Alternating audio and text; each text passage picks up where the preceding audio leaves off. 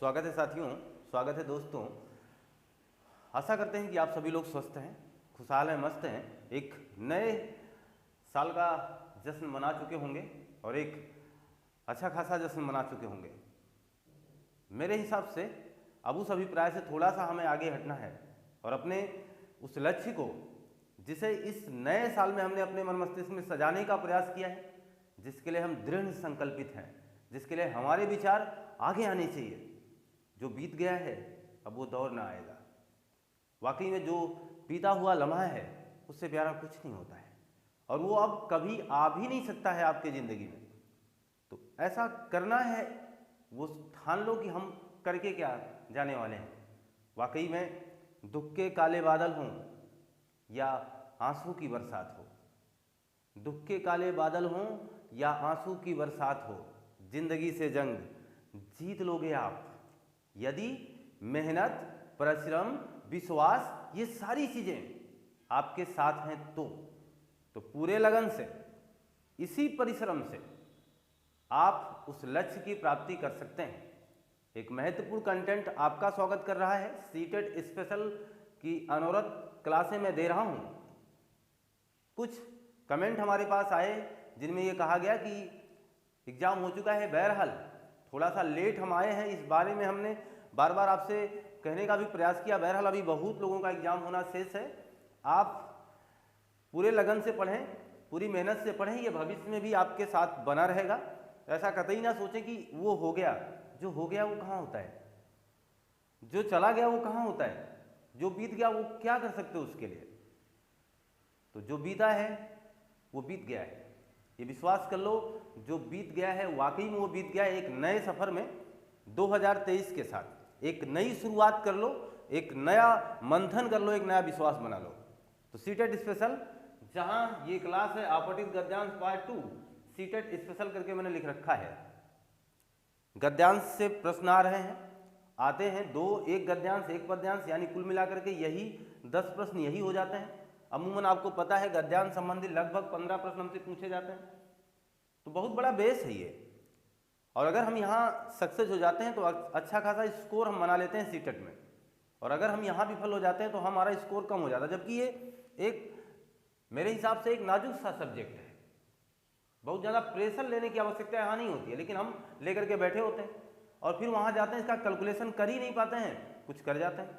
अभी हमने आपसे जितनी बातें बोली हैं, अगर मैं वहाँ से कह दूँ कि इसका शीर्षक हमें बताना, जहाँ से मैंने अपने स्पीच की शुरुआत आज की, जहाँ से मैंने इस क्लास का आगाज आज किया है, वहाँ से अगर मैं अब तक के बोले गए पूरे शब्दों का, पूरी शब्दावलियों का आपसे शीर्षक पूछता हूँ तो आप क्या बताएंगे?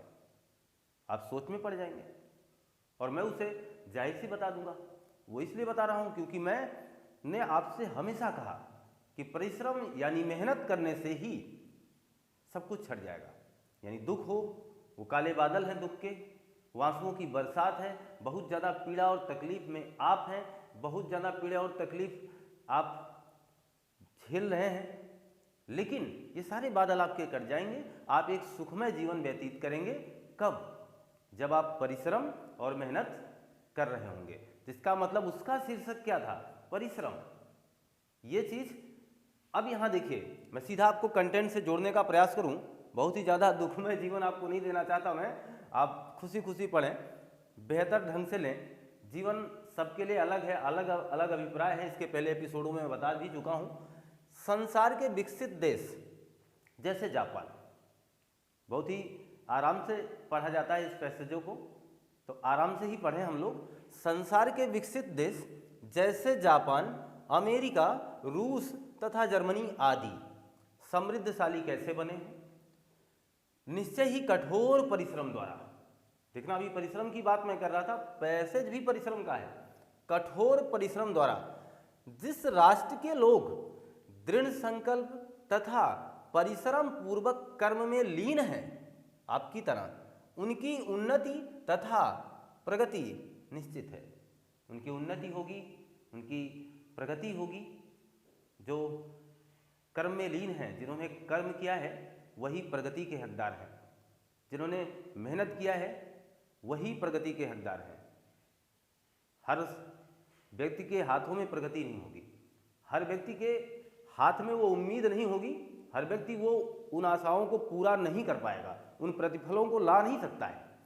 यानी मेहनत करिए आप तो उन्नति तथा प्रगति निश्चित है। परिश्रम मार्ग की ओर अग्रसर करता है।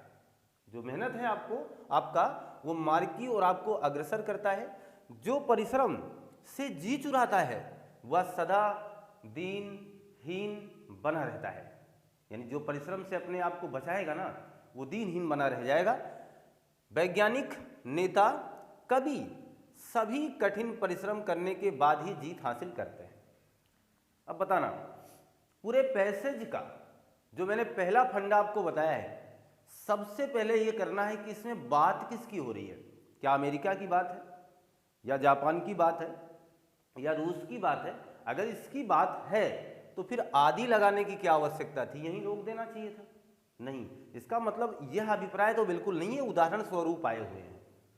इसका तात्पर्य यह है कि हम लोग इस पैसेज में परिश्रम यानी मेहनत की बात कर रहे हैं। यानी मेहनत करोगे तो अमेरिका जैसे हो जाओगे, मेहनत करोगे तो रूस, जापान जैसे विकसित हो जाओगे आप, मेहनत करोगे तो आप भी एक अग्रसर यानी आपका भी एक अच्छा खासा प्रशस्त रास्ता बन जाएगा, मेहनत करोगे तो आपको भी आप प्रगति और उन्नति मिल जाएगी। यानी आपका भी लक्ष्य आपके सामने आकर के खड़ा हो जाएगा। मेहनत करने पर ये पूरा मोटिवेशन एक प्रकार का है आपके लिए। मान के चलिए पैसेज ही बहुत ही महत्वपूर्ण है, ये आपसे भी रिलेटिव हो सकता है। लेकिन अभी ये देखना, ये दो बातें बहुत ही मनोवेग से जान लो। किसी भी पैसेज को अपने आप से मत जोड़ लेना, नहीं तो भावुक हो जाओगे और फिर आपके उत्तर दूसरे तरीके से आने लगेंगे। आप इसे अपने तरीके से ढूंढोगे तो कहोगे कि परिश्रम करने से हम सफल हो जाएंगे, यानी हमारे लक्ष्य में मिल जाएगी, यानी हमें सर्विस मिल जाएगी। क्योंकि आप एक स्टूडेंट हैं, आपके लिए परिश्रम, आपका जो लक्ष्य है आपके लिए दूसरा है। ये जो परिश्रम है इसका उदाहरण देखिए विकसित देशों के लिए है। इसका मतलब हम विकासशील हैं, हमारा भारत विकासशील है, हम भी विकसित बन सकते हैं। कब? जब हम जापान की तरह कठिन परिश्रम करें, जब हम रूस की तरह कठिन परिश्रम करें, यानी उसकी तरह दृढ़ संकल्पित हो जाएं, तब हम इस लक्ष्य को यानी अपने देश को विकसित बना सकते हैं। अन्यथा हम गरीब बने रहेंगे। ये मामला है, ये नहीं कि हमारा भारत नौकरी पा जाएगा। हमारी बात समझ रहे हैं ना? क्योंकि ये देशों की बात है। अगर मैं ऐसा कहता कि संसार के ज़्यादातर लोग सक्सेस हैं, जैसे जापान के हुए, अमेरिका के हुए, रूस के हुए, जर्मनी के हुए, क्योंकि वो पढ़ाई के क्षेत्र में काफ़ी ज़्यादा मेहनत कर रहे हैं, तब यहाँ अलग बात थी। क्योंकि जब आप उसे शिक्षा से जोड़ते तो हम भी यही कहते कि अगर हम मेहनत कर रहे हैं तो हम शिक्षा के क्षेत्र में काफ़ी आगे जाएंगे, हमें प्रगति मिलेगी अर्थात हमें जॉब मिलेगी, हमारी उन्नति होगी अर्थात हमें सर्विस मिल जाएगी। समझ रहे ना? तो रिलेशन बहुत आउटपुट होता है, बहुत ही कट आउट है। ये एक चीज़ यहाँ ध्यान ये देना है कि हम कहाँ जुड़े हुए हैं। मैंने पैसेज में आपको बार बार दो बातें इंगित करके बताई हुई हैं, इतना ही सोच लो तो कोई पैसेज आपसे गलत करवा नहीं सकता। पहली चीज़, बात किसकी है? परिश्रम की। दूसरी चीज़, वो परिश्रम किसके सापेक्ष है? क्या वह परिश्रम किसी देश के विकास से सापेक्ष है? क्या वह परिश्रम किसी देश के कृषि से संबंधित है? क्या वह परिश्रम किसी देश के रहने वाले नागरिकों से संबंधित है? क्या वह परिश्रम किसी स्टूडेंट से नाता बनाता है? ये सारी चीजें आकलन कर लिया हमने, तो हमें पता चला यह जो परिश्रम है यह देश के विकास यानी विकसित होने से है, गरीबी और अमीरी से है। क्लियर है ना? इन्होंने कहा अगर ऐसा नहीं करोगे तो आप फिर अमेरिका नहीं बन पाओगे, अमेरिका जैसे संपन्न नहीं हो पाओगे, जापान जैसे समृद्ध नहीं हो पाओगे। तो सारा निचोड़ हम लोगों ने देख लिया इसका। पूरे पैसेज का अर्थ, मनोभाव अपने दिलो दिमाग में संभालिए, केवल दो तरीका अपना करके। अभी मैं इसको सिखा रहा हूं। बहरहाल ये सारा मामला हम 1 मिनट में निपटा सकते हैं जब हम एग्जाम में बैठे होंगे, क्योंकि हमें अपना दायित्व तो पता हो गया। मैंने आपको दो चीजें बता रखी। पहली चीज, पता कर लो किसके बारे में बात हो रही है।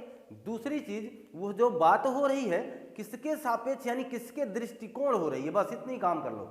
अब यहाँ देखिए प्रश्न आपके सामने, आपके स्क्रीन पर पैसेज मैंने आपके सामने पढ़ दिया, पूरे पैसेज का हमने आपको सार बता दिया।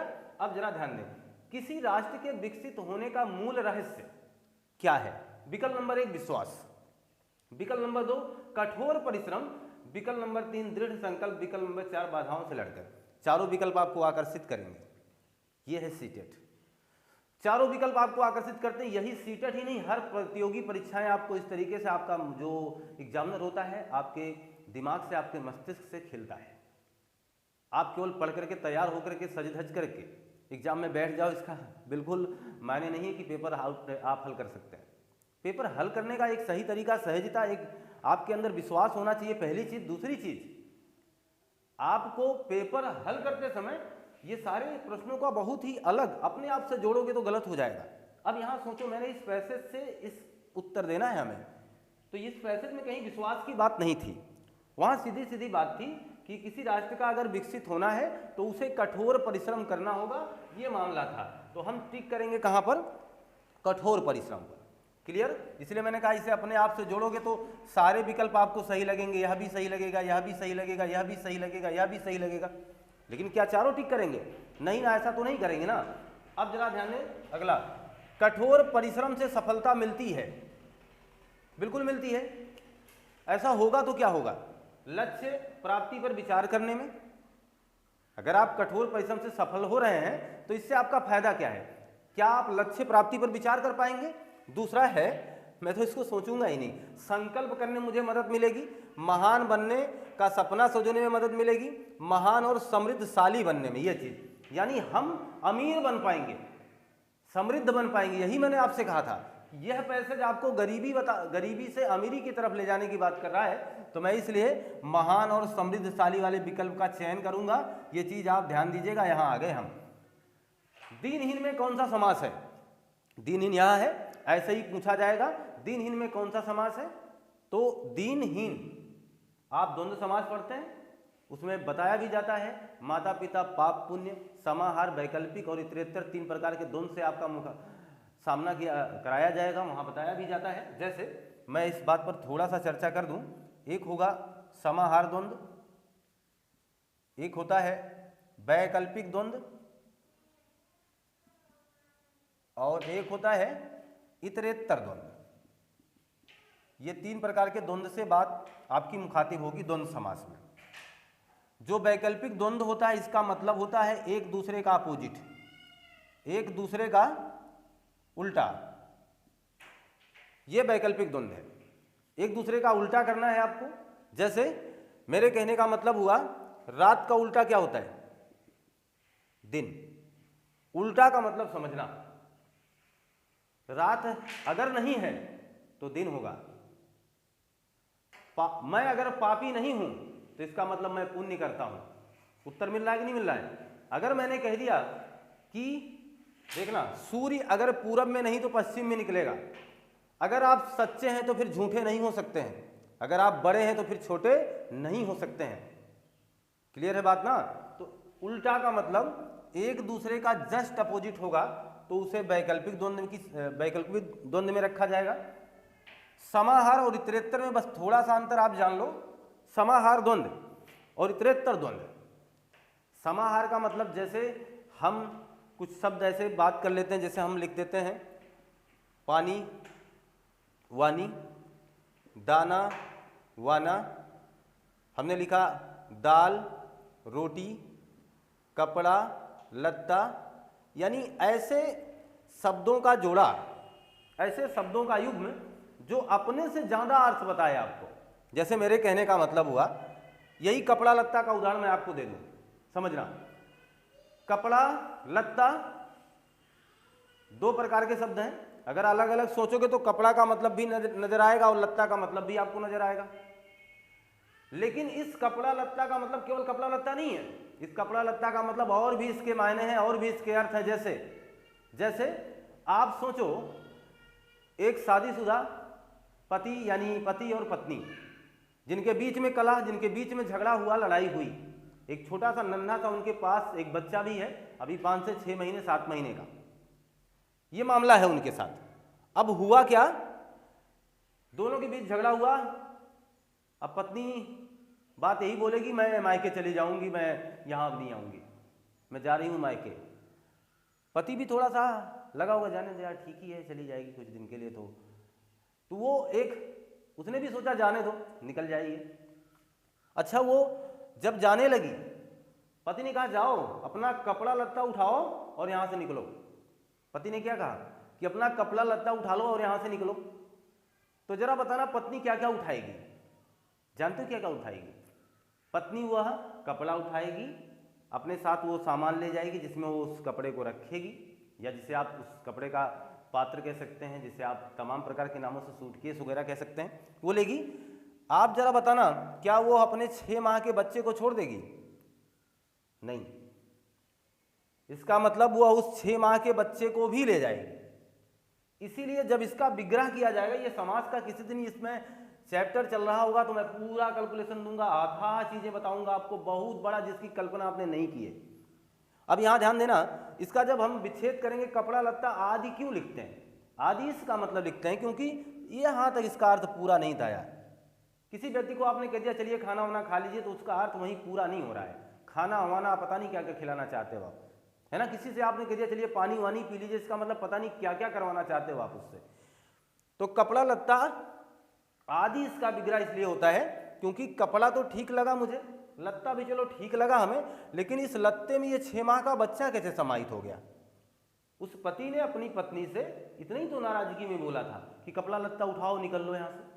तो यार कपड़ा आपने तो लिया ही लिया है, लत्ता आपने लिया ही लिया है, फिर वो छोटा सा बच्चा इसमें कैसे समाहित हो गया? इसका मतलब इसका अर्थ यहीं तक सीमित नहीं था, इस कपड़े लत्ते का मायने और भी था।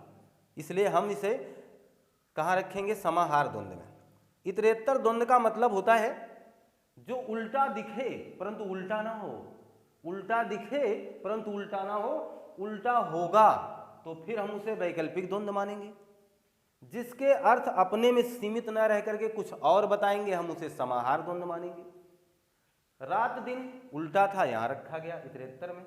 कपड़ा लत्ता पूरा नहीं था, वहां रखा गया। लेकिन अब जरा समझो, मैं कहना चाहता था इतरेत्तर में क्या होगा? उल्टा दिखे परंतु उल्टा ना हो। जैसे जैसे क्या? भाई बहन, क्या भाई का अपोजिट बहन है? चेक कर लो। अगर किसी परिवार में भाई नहीं है तो क्या आप गारंटी लोगे कि बहन भी नहीं है? अगर किसी के पास माता नहीं है तो क्या आप गारंटी लोगे कि पिता भी नहीं होंगे?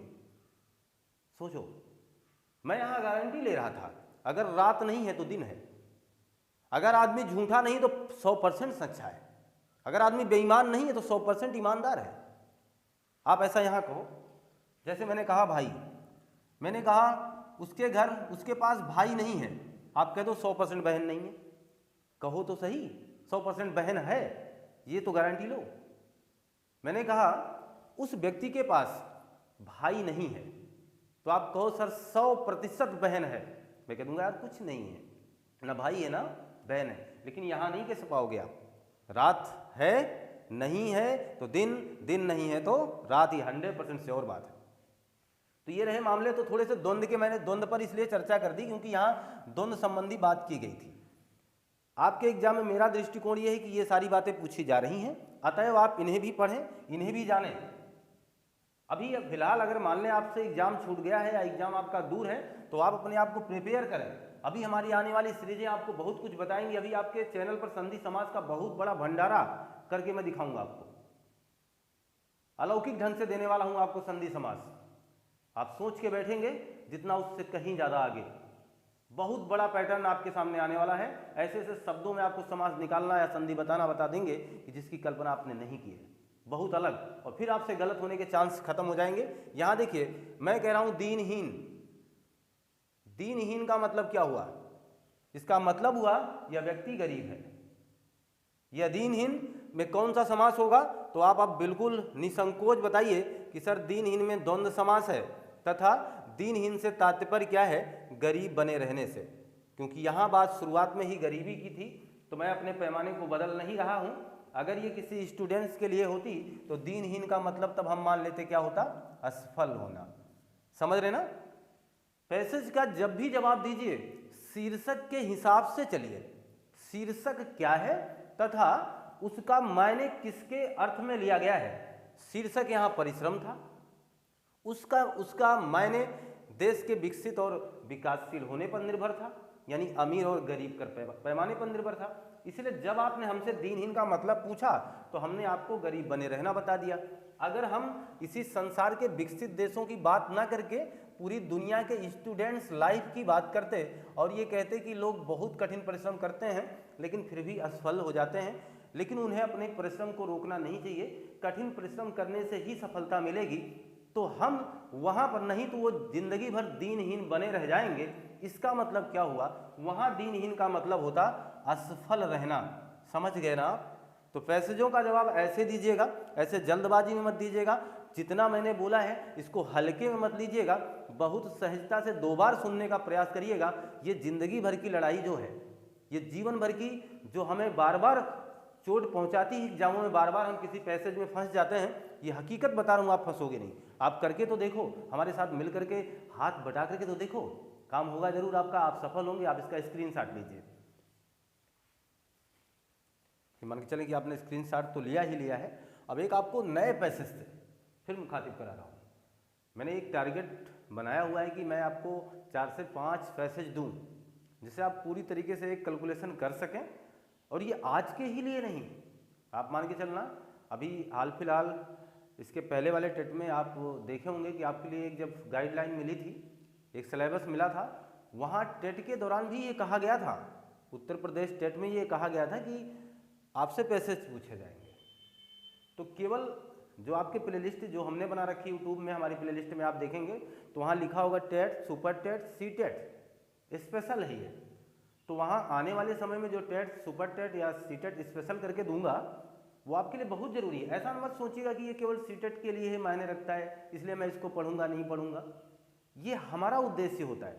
हम कभी ऐसा सोचते ही नहीं कि हमें केवल ये सोचना चाहिए ये हिंदी का पार्ट है, कभी एग्जामिनर इस स्तर पर आना चाहेगा तो क्या हम उससे नमस्ते कर लेंगे कि नहीं बाबा ये हमें आता ही नहीं है? क्या ऐसा करने से आपका काम हो जाएगा? क्या ऐसा करने से आपके उद्देश्य की पूर्ति होगी? बिल्कुल नहीं होगी। इसलिए एक नए जो मेरा उद्देश्य है, मैं ये काम कर रहा हूँ, आप इसको पूरी तरीके से देख करके आपका समय कितना जाएगा इसमें? बहुत कम। अगर मनोवेग से सुनेंगे तो ये केवल यहीं तैयार होने वाला टॉपिक है। इसके लिए अलग से आपको नोटबुक, अलग तरीके से आपको कुछ करने की आवश्यकता भी नहीं है, क्योंकि अब अगर आप सही ढंग से काम कर रहे हैं तो अगर आप इस पैसेज का अभी शीर्षक निकाल ले जाएं तो मान के चलना आपका काम हो गया। लेकिन अगर आप शीर्षक नहीं निकाल पा रहे हैं तो फिर आपका काम नहीं हुआ है। देखना जरा, जैसे इस पैसेज को हम पढ़ रहे हैं, गंगा का हमारे देश के लिए बड़ा महत्व है। गंगा जहां से गुजरती है वह उपजाऊ तथा हरा भरा है, जिसे गंगा का मैदान कहा जाता है। इसके आसपास कृषि के उद्योग धंधे फैले हुए हैं, जिससे लाखों लोगों की जीविका चलती है। राष्ट्रीय आय में भी इसका बहुत बड़ा योगदान है, यानी वृद्धि होती है। यदि गंगा न होती तो महत्वपूर्ण भाग बंजर होता। प्राचीन ग्रंथों में गंगा की पवित्रता के बारे में विस्तृत वर्णन मिलता है। भारत में अनेक तीर्थ गंगा के किनारे मिलते हैं। ये पैसेज हुआ। तो पहली नज़र में वो स्टूडेंट्स जो अभी फिलहाल पैसेज को बहुत मायने नहीं देते हैं, पहली नज़र में वो स्टूडेंट जो अभी फिलहाल हिंदी को बहुत मायने नहीं देते हैं, पहली नज़र में वो स्टूडेंट्स जो बहुत ही जल्दबाजी में होते हैं, जिन्हें आगे पीछे का बिल्कुल ध्यान नहीं होता है, वो सच में यहाँ अलग शीर्षक निकाल रहे होंगे। मेरा पहला काम होगा शीर्षक वाला प्रश्न कहाँ यहाँ है तो बाद में, लेकिन काम मेरा ये पहला है और ऐसा मैं कर रहा हूँ। ये मेरा अपना मायने है, मेरा अपना फंडा है, ये तरीका है। शीर्षक निकाला मैंने तो काम मेरा तय है। पैसेज के हर प्रश्न में सही करके आऊँगा, ये दावा है मेरा। आप बताना शीर्षक इसमें क्या होगा? गंगा का महत्व होगा कि गंगा शीर्षक होगी, कि भारतीय संस्कृति का अंग शीर्षक होगा, कि पवित्र गंगा शीर्षक होगी? तो बहुत बड़े बड़े पुजारी बैठते हैं एग्जाम में, आकर्षक प्रतिभा के धनी लोग बैठते हैं, वो इतनी जल्दबाजी में होते हैं, ऐसी गाड़ी पर बैठे होते हैं कि उनके बाल भी इधर उधर हो जाए तो वो चलेगा, उसको टच कर लेंगे। लेकिन इस प्रश्न पर उतना ज़्यादा जोर देने की आवश्यकता वो नहीं समझते हैं। वो समझेंगे अरे यार बताओ, गंगा पवित्र है, हमारे भारतीय संस्कृति का अभिन्न अंग है। कुछ लोग यहाँ विकल्प टिक कर रहे होंगे, कुछ वहाँ नहीं काम चल रहा है तो पवित्र गंगा पर टिक कर रहे हैं, जबकि ये दोनों वैकल्पिक व्यवस्थाएं गलत हैं। ये अभी आपका चुनाव हो सकता है, मे भी हो सकता है, लेकिन मैं आपका टाइम इसलिए नुकसान नहीं करवा रहा हूँ क्योंकि मैं आपकी परीक्षा नहीं ले रहा हूँ। मैं आपका परीक्षक बनकर के आपके सामने नहीं खड़ा हूँ। मैं आपके लिए एक शिक्षक की भूमिका में एक प्लेटफॉर्म तैयार कर रहा हूं कि जिससे आपसे कोई पूछे तो आप कैसा करोगे। अभी तो मैं आपको केवल बस शालीनता प्रदर्शित करने का प्रयास कर रहा हूं। देखना जरा, हम लोग प्रयासरत क्या लगा दें। तो ऐसा विचार हमारे अंदर आया कि गंगा पवित्र हो सकती है, भारतीय संस्कृति का अंग हो सकती है। क्या हमने आपको शीर्षक ऐसा निकालने का वो अभिप्राय बताया था? क्या इस तरीके से मैंने कहा कि आप शीर्षक निकालिए? पुनः एक कहानी सुनिए, छोटी सी एक भेंट है, आप उसमें कोई दो राय ना समझिएगा, बहुत ही अलग तरीके का। फिर से मैं आपको एक तरीका देने का प्रयास कर रहा हूं, बस इतना ही समझ लें। जैसे मेरे कहने का तात्पर्य यह है कि मेरा पूरा परिवार, मैं और मेरा पूरा परिवार एक अलग तरीके का जीवन यापन कर रहे हैं। मेरे पड़ोस में रहने वाले एक पूरे परिवार वो अलग तरीके का जीवन यापन कर रहे हैं। मेरे गांव से कोई और रिलेशन वाले मेरे नाते रिश्तेदार वो अलग तरीके का जीवन यापन कर रहे हैं।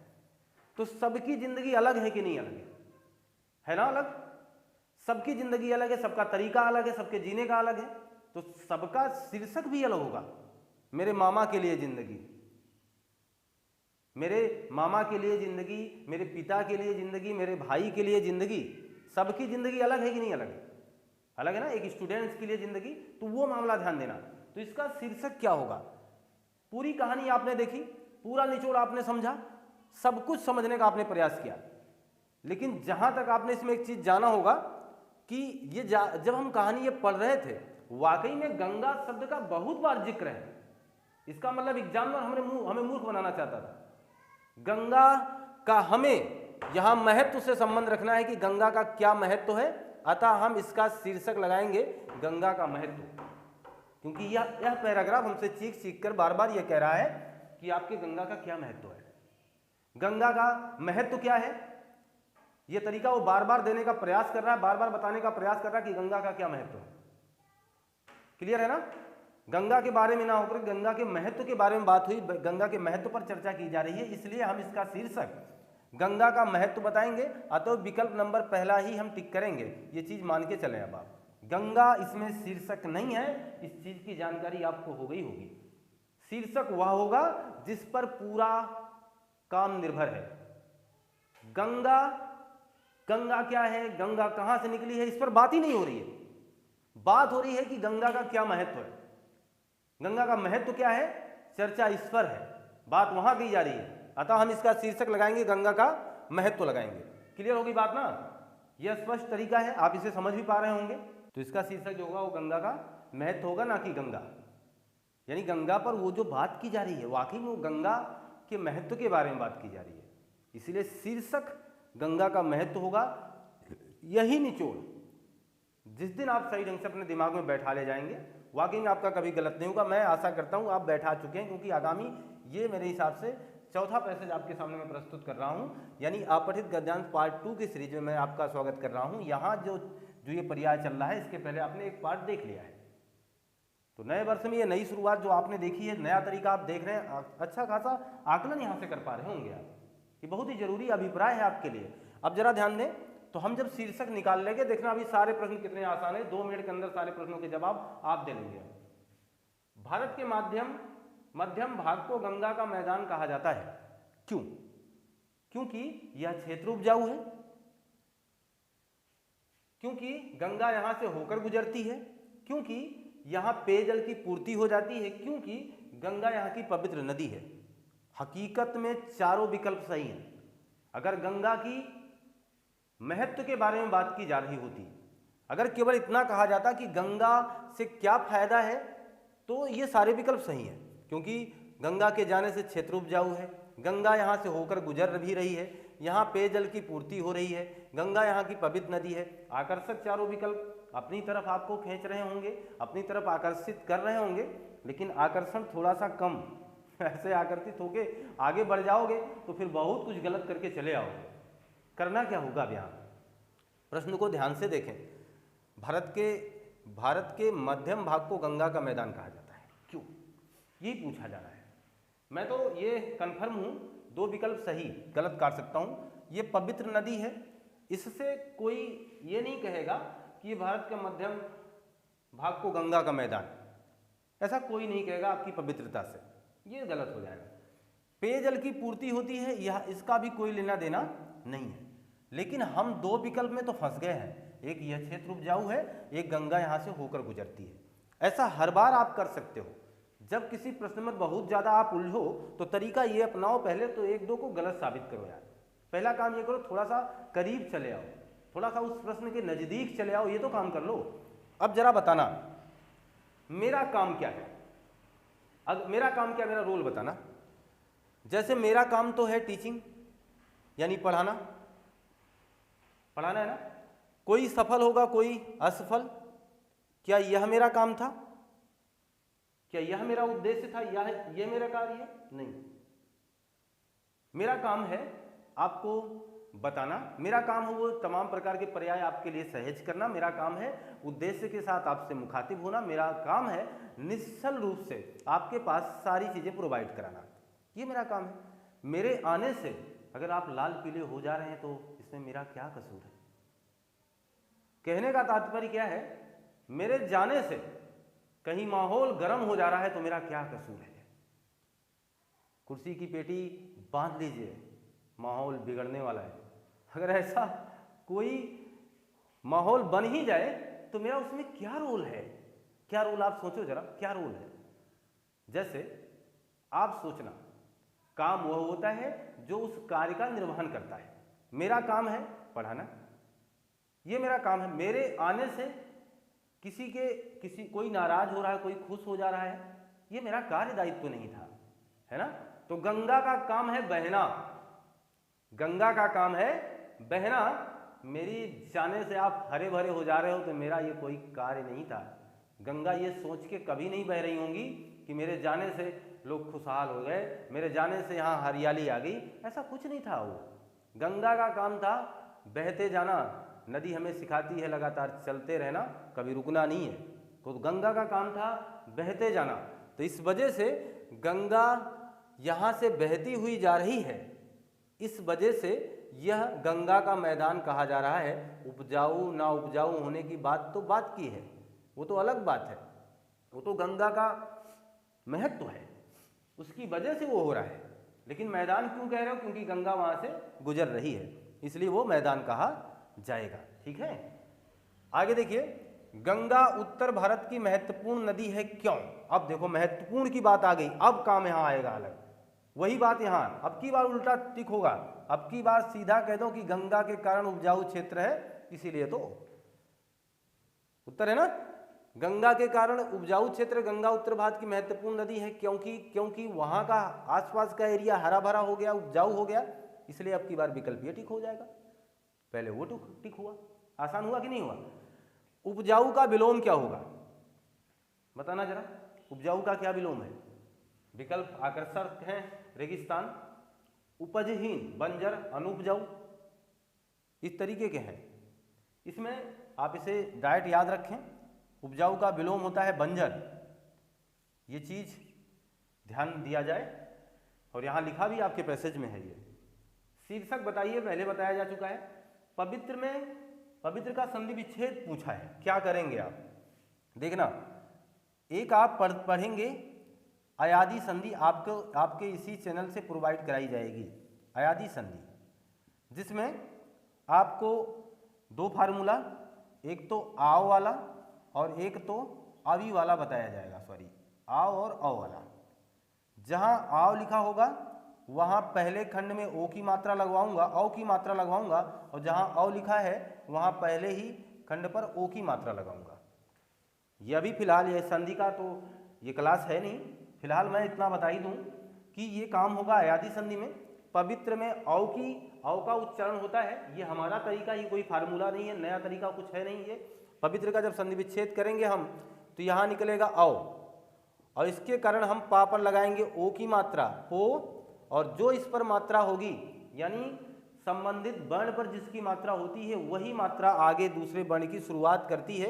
ये नियम होगा पो धन इत्र, अतः हम इसका दूसरा विकल्प सही मान लेंगे। अभी फिलहाल ये संधि की क्लास नहीं है, अभी फिलहाल ये उसका दौर नहीं है, लेकिन हम आपको ये तरीका दे रहे हैं। पोधनित्र होगा, पवित्र की संधि विच्छेदी पोधनित्र होगा। इससे आप दो बातें जान पाए। अभी इसके पिछले पैसेज में आपसे समास पूछा गया, अब आपसे संधि पूछी गई, आपके सामने यहाँ विलोम भी पूछा गया है। इसका मतलब हमारा व्याकरणिक पोर्शन भी इसी पैसेज में जुड़ा होता है, अतः हम उसको भी तैयार रखें, वहाँ से ही ना भागें। केवल शीर्षक निकाल लेने से ही काम नहीं चलने वाला है, कुछ ऐसे भी शब्द हैं जो आपके व्याकरण से भी रिलेटिव हैं, अतः आप इसका स्क्रीनशॉट लीजिए। ठीक, मान के चलें कि आपने स्क्रीनशॉट लिया होगा। जो पैसेज है वाकई में, अब ये मैं आपको लास्ट पैसेज दे रहा हूँ, आप इन पांचों पैसेज से एक बेहतरीन तैयारी आप कर सकते हैं। और एक बात बताऊं, ये पैसेज बहुत ही महत्वपूर्ण पैसेज हैं, चुनिंदा पैसेज हैं ये। ऐसा मत मान के चलें कि मैंने ऐसे ही इसको लिख दिया है कहीं से ऐसे उठा करके, ये बहुत ही महत्वपूर्ण है। आप इसे अच्छे एग्जामों में इसे देखा होगा आपने, ये सीटेट में भी आए हुए पैसेज हैं, बहुत इंपॉर्टेंट पैसेज हैं। कब आ जाएं कुछ पता नहीं कह सकते, लेकिन बहरहाल इनसे सीखा जा सकता है। अभी मेरा हम लोगों का ये अभ्यास है, ये प्रयास किया जा रहा है कि हम इससे सफल हो जाए। तो हमारा एक उद्देश्य था आपको देना। और ये लास्ट पैसेज जो कि गद्यांश संबंधित है, आगे आने वाले अभी सीटेट स्पेशल में आपको पद्यांश, अपठित पद्यांश भी लाएंगे हम, वहाँ से भी आपको चीज़ों को बताने का प्रयास किया जाएगा। बहरहाल अगर ये आपको बेहतर लगेंगे फिर मैं इस पर आगे प्रयास करूँगा। ध्यान दें कि जहाँ मैंने अभी आपसे पहले भी कहा, किसी भी गद्यांश को हल करते समय सबसे पहले आप उसके शीर्षक का चुनाव करें, सबसे पहले आप उसके महत्वपूर्ण बेस को पकड़ने का प्रयास करें, फिर आप शीर्षक से संबंधित क्रियाकलाप को जानें। शीर्षक किस बिंदु पर फोकस कर रहा है उस महत्वपूर्ण हिस्से को पकड़ें। ये क्रियाकलाप आप करें, कई बार करें, 2 बार 3 बार, ये प्रयास करने से ही हो जाएगा। आप ये मान के चलें, ये गद्यांश पद्यांश ऐसी तमाम ऐसे कुछ महत्वपूर्ण तथ्य हमारे शिक्षा में जुड़े हुए हैं, हमारे बेसिक रूप से हमसे बात मुखातिब हैं कि जिन्हें हम प्रयास से ही सीख सकते हैं और कुछ नहीं है इसमें। इस पैसेज को पढ़ें हम और आप देखें जरा कि हमारी खराबी का स्रोत कहाँ है। एक व्यक्ति, एक रचनाकार इस तरीके से कह रहा है कि आप जरा देखो हमारे, और देखना जरा पैसेज पढ़ते समय, यही हमारी दुनिया है, यही हम हैं, यही हम सब कुछ है। इसका हम अपने निजी जीवन से कोई ताल्लुकात नहीं रखेंगे, ये सारी घटनाएं काल्पनिक हैं, ऐसा मान के चलेंगे, फिर आप सही दृष्टिकोण को सही जगह हल कर पाएंगे। हमारी खराबी का स्रोत कहाँ है इसका पता लगाना चाहिए और उसको वहीं ठीक करना चाहिए, यानी जहाँ खराबी वहीं ठीक करना चाहिए। स्रोत वही हो सकता है जहाँ हमारा जीवन प्रारंभ होता है। जीवन आपका प्रारंभ कहाँ होता है? वह है आपका घर। आपका घर, हमारा घर, उनका घर, तुम्हारा घर, किसी का भी घर। स्रोत हमारा, यानी कह रहे हैं हमारी खराबी का स्रोत कहाँ है इसका पता लगाना चाहिए और उसे वहीं ठीक करना चाहिए। और ये संभवतः वो स्रोत क्या है? घर है। हमारा घर हो या आपका घर हो, यानी हमारी खराबी वहीं से प्रारंभ है। ज़्यादातर लोग घर से असंतुष्ट होते हैं, ये भी बेसिक पॉइंट, ये सही है, मनोवैज्ञानिक दृष्टिकोण से भी सही है, क्योंकि आपके घर में दोष है और आप भी उस दोष के हिस्सेदार हैं। ऐसा नहीं है कि आपका घर दुखी है, असंतुष्ट है, तो उसमें पूरा बराबर की भागीदारी आपकी भी है। हर व्यक्ति में दोष है और सब लोग मिलकर के एक महादोष बना देते हैं, पूरे घर को असंतुष्ट कर लेते हैं। उसका कारण यही है क्योंकि वह भी दोषी है, वह भी दोषी है, जो सामने वाला आ रहा वो भी दोषी है, यानी हम में भी दोष है, उसमें भी दोष है। आगे देखें, ऐसे में आपका कर्तव्य है उन दोषों को दूर करने का उपाय करें। सबके भावों का आदर करते हुए आपको प्रयास करना होगा कि आपके कारण किसी को कष्ट ना हो। इससे घर की शांति और सौहार्द में वृद्धि होगी। आज आपकी बड़ी जिम्मेदारी है, आगे का भारत वैसा होगा जैसा आप लोग बनाएंगे। यदि आप अपना काम ठीक से करते हैं तो देशभक्त, और नहीं तो देशद्रोही कहलाएंगे। बात समझना, ये कवि, ये रचनाकार ये कहना चाह रहा है कि सब में दोष है और वो दोष खत्म करना ही मुनासिब है, जरूरी है उस दोष को खत्म करना। हमारा दोष जो है, हमारा जो अभिप्राय है, हमारा दोष है, इसका अगर शीर्षक निकाला जाए तो हम इसके शीर्षक को तहे दिल से, अंतर मन से ये कह सकते हैं कि हमारी खराबी यानी हमारा दोष। हमारा दोष जो है उसका जन्म कहाँ से है? तो घर से। घर से ही उसे ठीक करना चाहिए, घर से ही हमारा प्रयास हो कि हम उसे ठीक कर लें। सबके घर में असंतुष्टि है, अतः ज़्यादातर लोग अपने घर से ही असंतुष्ट होते हैं। ये बहुत बड़ा पैमाना है, ये लॉजिक है, ये सच्चाई है। लेकिन इस असंतुष्टि में केवल आपके घर वाले जिम्मेदार नहीं है, इसमें आपकी भी बखूबी भूमिका है। आपको करना क्या चाहिए, नैतिक रूप से ये जिम्मेदारी उठा लेनी चाहिए कि हमें बगैर किसी को असंतुष्ट किए हुए धीरे धीरे अपने घर से इस कलह को मिटाना है, इस असंतुष्टि को हराना है, इस चीज को भगाना है। कल का भारत वैसा होगा जैसा आप बनाओगे। जब हर घर संतुष्ट होगा तो पूरा भारत संतुष्ट होगा। जब हर घर में कला नहीं होगी पूरा भारत समृद्ध हो जाएगा। ये मानना है कभी का। तो उनका कहना था कि आप घर ठीक कर लें, समाज अपने आप ठीक हो जाएगा। जब हर व्यक्ति अपने घर को ठीक कर लेगा, हर व्यक्ति अपने परिवार को सही कर लेगा, तो पक्की बात मान के चलें समाज अपने आप डेवलप होगा, अपने आप सही हो जाएगा। कभी कभी ये सोचना भी सही था। और अगर ऐसा आप नहीं करते हैं तो आप सच्चे देशभक्त नहीं हैं, और अगर देशभक्त नहीं है तो इसका मतलब देशद्रोही है। तो शीर्षक तो समझ में आ गया ना, हमारे दोस्त। लेकिन शीर्षक शायद इसमें पूछा भी नहीं गया, इस प्रश्न में मुखातिब नहीं है, उसको जान लें आप। मान लीजिए 5वां प्रश्न हमने लिखा ही नहीं है और वो शीर्षक है आपका आपके अंदर का दोष, आपके अंदर का दोष शीर्षक हो गया। अब प्रश्न तैयार है आपके सामने, हमारी खराबी का स्रोत कहाँ है। जैसे मेरा दोष है, ये शीर्षक है, ये आया कहाँ से, ये जन्मा कहाँ से, इसका जन्म कहाँ से हुआ है, इसका कार्य दायित्व कहाँ से, ये दायरा बढ़ा कहाँ से, कैसे हम दोषी कहलाए, ये चीज़ कहाँ से उत्पन्न हुई है। तो आप कहोगे सर अभी तो आप बता रहे थे घर से, तो घर से ही तो इसका जन्म हुआ, घर से ही हमारे अंदर दोष आए, घर से ही हमने आज तक उस दोष को मिटाने का प्रयास नहीं किया। अतः आप कुछ करने की आवश्यकता कहाँ है। पहला विकल्प तैयार था, हमने आगे पढ़ने का प्रयास भी नहीं किया, क्योंकि हम अब कॉन्फिडेंस हो चुके हैं। ये हमारा 5वां पैसेज है, अब हम बड़े आराम से टिक करेंगे और कोई दिक्कत नहीं होगी, हम कर ले जाएंगे। घर में शांति सौहार्द की वृद्धि किस प्रकार हो सकती है।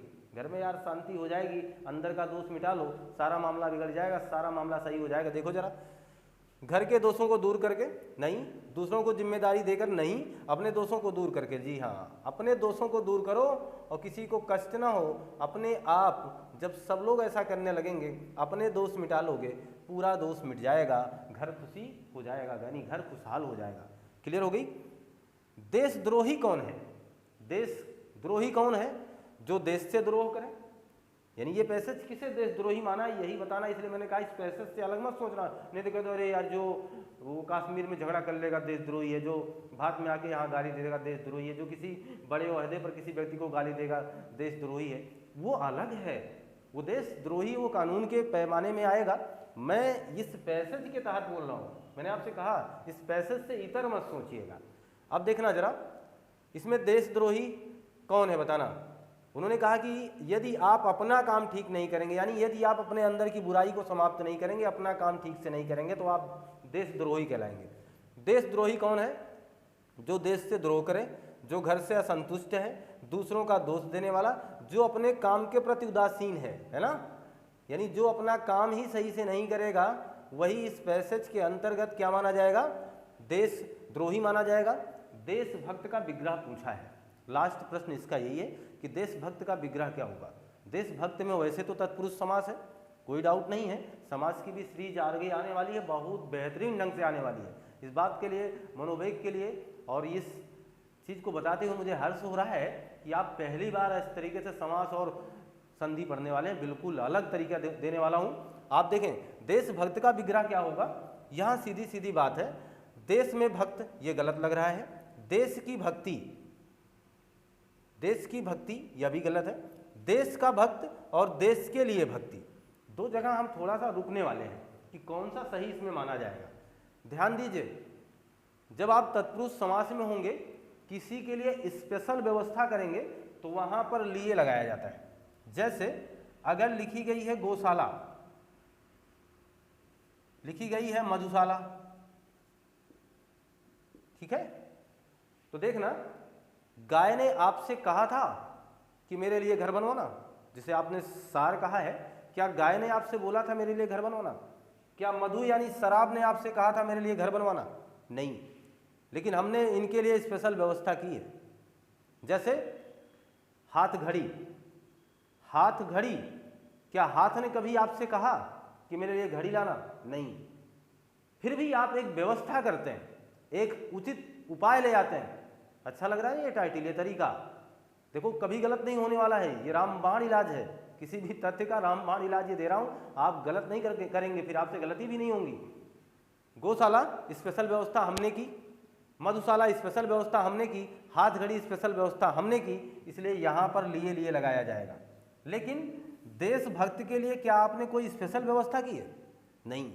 इसीलिए देशभक्त वही होगा जो देश का भक्त होगा, राम पुत्र वही होगा जो राम का पुत्र होगा, राजपुत्र वही होगा जो राजा का पुत्र होगा, देशभक्त वही होगा जो देश का भक्त होगा। यहाँ कोई डाउट नहीं है। इस पर भी बात होगी, समासों पर भी चर्चा होगी। मैं मान के चलूँ अपठित गद्यांश से शीर्षक निकालना तथा उनके प्रश्नों का जवाब देना, ऐसे महत्वपूर्ण अवयव को आप पूरी तरीके से टच कर गए हैं, पूरी तरीके से समझ चुके हैं। अगर ऐसा हो चुका है, ऐसा कर ले गए हैं हम लोग, तो अब हम पूरे मनोवेग से, पूरे ऊर्जा से आगे बढ़ने वाले हैं। आगे आने वाले तमाम क्लासों का पूरा आनंददायक मजा उठाने वाले, अपनी तैयारी को बहुत ही सुदृढ़ करने वाले हैं। खुश रहिए, मस्त रहिए। मिलते हैं हम आपसे नए कंटेंट में। आपका दिन शुभ हो, आपको बहुत बहुत धन्यवाद।